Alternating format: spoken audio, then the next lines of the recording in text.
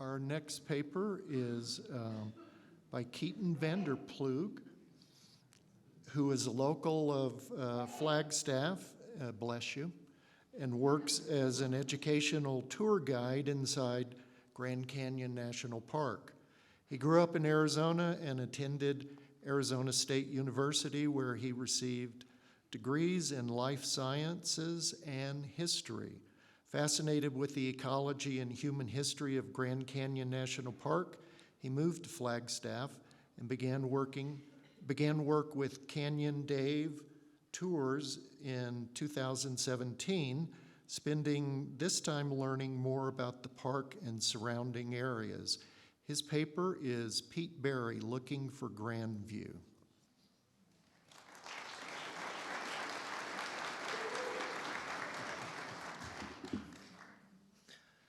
Hi guys.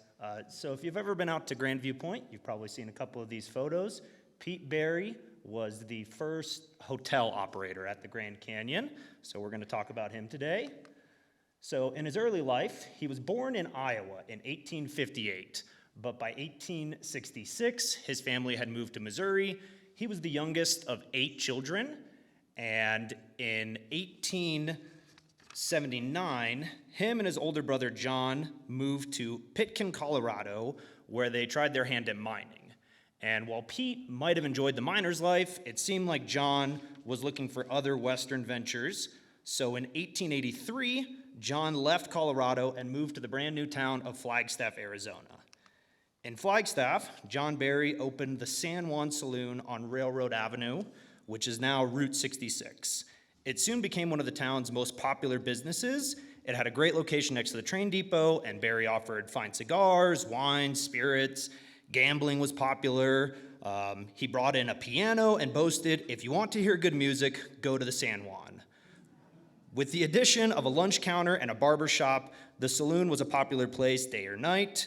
And by 1886, John had expanded his business, and he was focused on building a broker's office in Flagstaff. His success led to him running for county sheriff in that same year. However, tragedy was waiting around the corner for John Berry. On January 17th, 1887, a bar fight broke out in the San Juan. George Hawks and his brother William had pistol whipped another cowboy for singing too loud all night. After the assault, George tried to flee, but was detained by other bar patrons. When Berry came to wrestle the pistol away from George, a shot went off and Berry was struck through the gut. At 6:30 the next morning, John Berry would succumb to his wound. And at the same time, George and Williams were both arrested and jailed for the murder. Outraged at the death of one of Flagstaff's most popular citizens, 20 vigilantes gathered together, stormed the jail, suppressed the guards, and killed both George and Will before a trial could be conducted. That week, all the saloons in Flagstaff were closed to mourn the loss of John Berry. And at the end of the week, 3 funerals were held, one for John Berry, one for George Hawks, and one for William Hawks. During his time in Flagstaff, John had built his business along with a family. When he died, he left behind his wife May and a son Newton. When word of John's death reached Pete in Colorado, the younger Berry would pack up his things and head towards Flagstaff to fill the roles John left behind. By September 1887, Pete Berry had taken over as owner of the San Juan Saloon. He was also taking care of May and Newton Berry. However, less than a year after his arrival, on July 9th, 1888, Flagstaff experienced one of its many catastrophic fires. During the fire, the San Juan Saloon would be destroyed, and Pete lost an estimated $5,000 in the disaster. But the resilient Pete would stay in Flagstaff. He married his brother's widow, and in the spring of 1889, the couple would have their own son, Ralph. After the fire, Pete's saloon business was never the same. It was around this time that Berry would join the Cameron brothers, Ralph, Niles, and Burton, on prospecting trips into the Grand Canyon. Guided by John Hance, the Cameron brothers and Pete Berry would spend days and weeks prospecting inter-canyon sites. During this time, dozens of claims, including the Last Chance, were established, and in June 1892, Berry wrote in his notes, "Ralph struck the bonanza. We worked on it till 6 p.m. and dug it all out. At 4 p.m., we were ragged, assayed millionaires. At 6 p.m., no millionaire, but ragged-assed all the same. Once the men had found their bonanza, the miners realized they needed a better route to reach the location atop Horseshoe Mesa. Originally, using the Hance route into the canyon, then trekking around Horseshoe Mesa to come up Cottonwood Canyon to the west, Barry now needed a better trail for mules and a faster route if he was going to realize the mining potential at Last Chance. After selecting a route, cutting timber, and preparing for the hard work ahead, on July 20th, 1892, the men started building what would become the Grandview Trail. For the next 6 months, Pete Barry, the Cameron brothers, Ed Gale, and Dave Von Nita worked dawn till dusk, 7 days a week, to build a trail that would eventually travel 3.5 miles and 2,500 feet down into the Grand Canyon. The original trailhead was about 1.5 miles southeast of where Grandview Trail enters the canyon today. At the trailhead, there was a mill site where they lumbered the local ponderosa pine that would be chained to the walls of the Grand Canyon for construction of the trail. A cabin was built in this area as the basis of operations for the work. By February 1893, after 6 months of hard labor and an investment estimated at $12,000, the trail was complete. Almost immediately after completing the trail, the group would work on hauling a chunk of copper out of the canyon that would go on to win first prize at the 1893 Chicago's World Fair. The nugget was 70% pure copper and weighed over 600 pounds. It took 6 men, 6 days to move it from Horseshoe Mesa up the Grandview Trail to the rim of the canyon. After the fair, the nugget was sold to the Chicago Field Museum for $1 per pound. Now, the primary purpose of the trail was for mining, so the next step was building a mining camp. On Horseshoe Mesa, Barry would build a dining hall, kitchen, blacksmith, and enough bunkhouses to accommodate up to 20 employees who could each earn up to $5 a day. Every day, the copper ore would be hauled out of the canyon by 8 to 10 mules, each carrying 200 pounds at a time. From there, a stagecoach would take 1 ton of ore from Grandview to Flagstaff. The ore was then loaded onto trains and shipped to El Paso, Texas for refining. In total, 140 train car loads would be shipped to Texas between 1893 and 1902. The Last Chance mine was the most productive and valuable of Grand Canyon's pioneer era, but the high cost of moving the ore from the mine to the rim to the train and then out to the refinery made profit margins desperately thin. It was around this same time that more and more tourists began to arrive, and Barry saw the potential to expand his homestead and trail into an exciting new venture. The exploration of the Colorado River and its canyons by John Wesley Powell started circulating the United States in the 1870s. Powell's first-hand account of navigating the wild Colorado River was an incredible tale that described a Grand Canyon too enormous, too wild, and too beautiful for readers to comprehend. Paintings by Thomas Moran tried to unveil the canyon to those living in the cities along the East Coast, and by the 1880s, trains had arrived in northern Arizona. The first sightseers would venture out from Flagstaff to see if the stories of Grand Canyon were true. Guided by John Hance and the Hull family, the first tourists arrived in 1884. Hance was a terrific storyteller, but his cabins and tents left a lot to be desired by travelers who had taken a 12-hour, sometimes 2 to 3 day-long stagecoach ride to arrive at the South Rim. Pete Barry saw this potential business and began housing tourists in his cabin built for trail work. Mules he used for mining could be used to give guided expeditions down the Grandview Trail. His vision grew, he expanded the cabin layout, and in 1897, the Grandview Hotel officially opened for business. Around the same time, miners on Horseshoe Mesa found massive caves embedded in the limestone. Barry began to advertise these caverns as similar to Mammoth Cave, adding an exciting destination at the end of the Grandview Trail. By the end of the century, Pete Barry had the nicest hotel, best trail, and most exciting excursions available for early travelers. Grandview had become the canyon's most popular destination. Pete's life as a prospector and commitment to building the Grandview Trail in the early 1890s would eventually take its toll on his personal life. Once the mining operation began, Pete's days of comfort in Flagstaff were few and far between. In 1945, William Dowling, an employee of the Grand Canyon National Park and an acquaintance of Pete Berry, was interviewed on the early life and times of the canyon's pioneers. Dowling's story was that in the fall of 1893, May Berry ran off to Tucson with a traveling salesman and Pete's young son, Ralph. In response, Pete paid Niles Cameron $100 to track down and retrieve his boy. Ralph was retrieved, and while the couple worked towards a divorce, Pete's son was sent to the Sisters of Charity in San Miguel, New Mexico for care. In March of 1894, the divorce was finalized, custody of Ralph was held in abeyance, and would remain with the sisters for a time. The San Juan property, now East Santa Fe, or 6 East Santa Fe, was sold during the divorce. Traded a handful of times, it lives on today where Karma Sushi in Flagstaff is. When the Santa Fe Railroad completed the Grand Canyon line in 1901, what had taken 12 hours could now be done in 3. The cost of travel went from $20 to $3.95.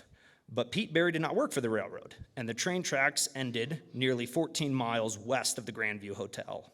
At the start of the 20th century, tours can now get to the canyon on a train, but it still required one more stagecoach ride to get to Grandview. Berry offered a free ride to his hotel from the train, and once there, guests would pay $2 per day for a room. Guided trips into the canyon, led by Berry, John Hance, or Louis Boucher, cost $3.40 a day. A saddle tour along the rim was $1.25, and while for just $1, 2 or more people could take a carriage ride from the hotel out to where Grandview Point is today. It was also around this time the new trailhead was built. In the 1800s, tourists entered the canyon where the hotel was located and skirted underneath the rim until merging with today's trail at the Coconino Saddle. Today's trailhead at Grandview Point was developed as an easier entry for tourists, and its use started in 1902. There was a common theme among Grand Canyon pioneers. Men like Hance, Cameron, and Berry, who first arrived as prospectors and miners, would all become hotel operators and tour guides. Tourism was the real gold mine at the Grand Canyon, but mining was hard and costly. So in 1902, Berry and the Camerons sold Last Chance to Henry P. Barber of Chicago, who in turn sold it to J.H. Page, and the Canyon Copper Company formed. The Canyon Copper Company would eventually haul over 900,000 pounds of copper and 141,000 pounds of silver out of the Grand Canyon, all on the backs of mules, before the mine shut down in 1907. Berry and the Camerons received $35,000 from the sale and would turn their interest towards the growing tourism demand of Grand Canyon. Part of the sale, though, involved J.H. Page acquiring the Grandview Hotel and the Grandview Trail. Berry continued to stay on at Grandview, managing the hotel, mining operation, guided tours, all for his new investors. It was around this time a tourist named Martha Thompson would arrive at the canyon. Martha seemed to enjoy the view Pete had built for himself, and she would stay on as housekeeper for the hotel. According to the local news, Pete and Martha married on the morning of August 26, 1903, which it was a surprise to their friends and community, as no one had known of their plans until after the fact. According to the Dowling interview, one morning after a night of heavy drinking, Pete woke up next to Martha without any memory, but with a new certificate of marriage. Either way, the newly married couple would return to the Grand Canyon and spend the rest of their lives together. With a new partner, steady stream of tourists, and money in his pocket, Berry looked beyond the Grandview to build a bigger, more substantial property at the Grand Canyon. In 1903, Berry began shipping in lumber from Flagstaff. Next to his log cabin, he would build a 3-story framed hotel. Boasting it as the nicest hotel at the highest point along the rim, the Summit Hotel was a substantial upgrade from Grandview. The neighboring hotels, Grandview and Summit, competed for a few months until the Canyon Copper Company stepped in once again and acquired the Summit. The name Grandview now included the original log cabin, the newer, bigger building, the nicest trail, the most productive mine, and the largest tourist destination around, but all of this could not prevent the inevitable. Everyone came to the canyon on train. The Santa Fe Railroad worked closely with the Fred Harvey Company, and the Fred Harvey Company was known the world over for its own hotels and tourism. While the expansions at Grandview were completed, the railroad began construction of their own multi-story hotel right at the train depot. In January of 1905, the El Tovar opened for business. There was no longer an incentive to take the 14-mile-long stagecoach ride to Grandview. Barry saw fewer and fewer tourists as he experienced his heaviest competition to date. For the next 2 years, Barry struggled to maintain everything he had built in the canyon. By 1907, the hotel was seeing only a handful of other people every other week, and at the same time, the copper prices dropped around the country. The Canyon Copper Company shut down mining operations on Horseshoe Mesa and also began to look at the hotel operations with similar skepticism. In 1908, Theodore Roosevelt declared the walls of the Grand Canyon a national monument, which was a big step for the national park history, but a big blow to small entrepreneurs like Pete Barry. From 1908 to 1910, the hotel stood vacant, with only Pete and Martha staying on as caretakers. In 1911, Barry reopened the property, hoping to compete with Grand Canyon Village. He offered locals cheap land on his homestead to develop the town of Summit, but unfortunately found no takers, and still no visitors. Determined to never see his property end up in the hands of Fred Harvey, Pete Barry and the Canyon Copper Company began looking for a single buyer with deep pockets to take up their mantle. In 1913, a deal was struck with multimillionaire William Randolph Hearst to acquire everything. The Barry homestead was sold for $48,618. The Canyon Copper Company was sold for $25,618. A nearly $75,000 deal in 1913 would be worth over $2 million today, and Pete Barry would walk away a considerably richer man. Hearst would make great claims of building himself an estate, a bigger hotel, a faster railroad, and more accommodations to compete with Fred Harvey, all of which never came to fruition. Hearst would, however, be a thorn in the side of the national parks as it developed in the 1920s. Mather's vision for national parks required the elimination of private holdings within the boundaries of the Grand Canyon. Negotiations with Hearst lasted for 2 decades, during which time the original Grandview Hotel was torn down in 1928. Eventually, Congress reworked wartime powers from 1918 to give the national parks more power to acquire these private holdings. In 1939, these laws allowed for the filing of a declaration of taking against the 200 acres owned by Hearst. The park valued the land at $25,000. Hearst said it was worth $367,000. A legal battle ensued, but in 1940, a federal judge ruled the government would pay Hearst $85,000 for the property, and the matter was settled. After Pete Barry sold his property to Hearst, he used his wealth to buy a car. He also got his son a ranch, and Ralph began ranching in the Coconino Basin about 8 miles from Grandview. Things were good for the Barrys. Now it was Hearst's problem to deal with Fred Harvey. Ralph's ranch was doing well, and even in dry years produced bumper crops of oats, rye, and potatoes. The newspapers declared him the young Spud King of the North. Sometime after 1916, Pete and Martha moved to San Gabriel, California, seemingly to retire on the money earned in the Hearst sale. But Pete Barry could not go long without a stroke of bad luck. In 1919, Ralph, the young Spud King, would catch the Spanish flu, and within a week, he would die. Pete was there at his son's side when he passed away at the age of 29. A funeral was held at Grand Canyon, which saw the reunion of Ralph's family. Pete and Martha came in from California, his mother May and brother Newton from Phoenix. This may have been the first time the Barry family had been together since Pete and May's divorce 25 years earlier. The loss of their son brought Pete and Martha back to the canyon. They moved into Ralph's ranch, where they remained for another decade. Now into their 60s, the Barrys lived out a quiet life with occasional visitors from friends and park rangers looking for the canyon wisdom of old-timers like Pete. In 1931, Martha passed away, and Pete buried her at the canyon next to their son Ralph. A year later, Pete would die of stomach cancer, joining his son and wife in the Grand Canyon's Pioneer Cemetery. That same year, the original logs of the Grandview Hotel would be used in the construction of Desert View Watchtower, the only pieces of the hotel visitors can still see today. After Barry's death and the acquisition of Grandview by the National Park, the remaining material at Grandview and Summit Hotel were removed and the area returned to nature. The mine camp on Horseshoe Mesa crumbled and faded away. A few stone walls and gated-off mine shafts are all that remain. For nearly 50 years, Pete Barry's vision of Grandview was the foundation of what would become the Grand Canyon National Park. His ability to host and guide tourists has grown into a billion-dollar industry. While little physically remains of his legacy, the work he put in will not be forgotten. And today you can still take a tour along the rim and go to Grandview Point, see the old black and white photos of his family and hotel.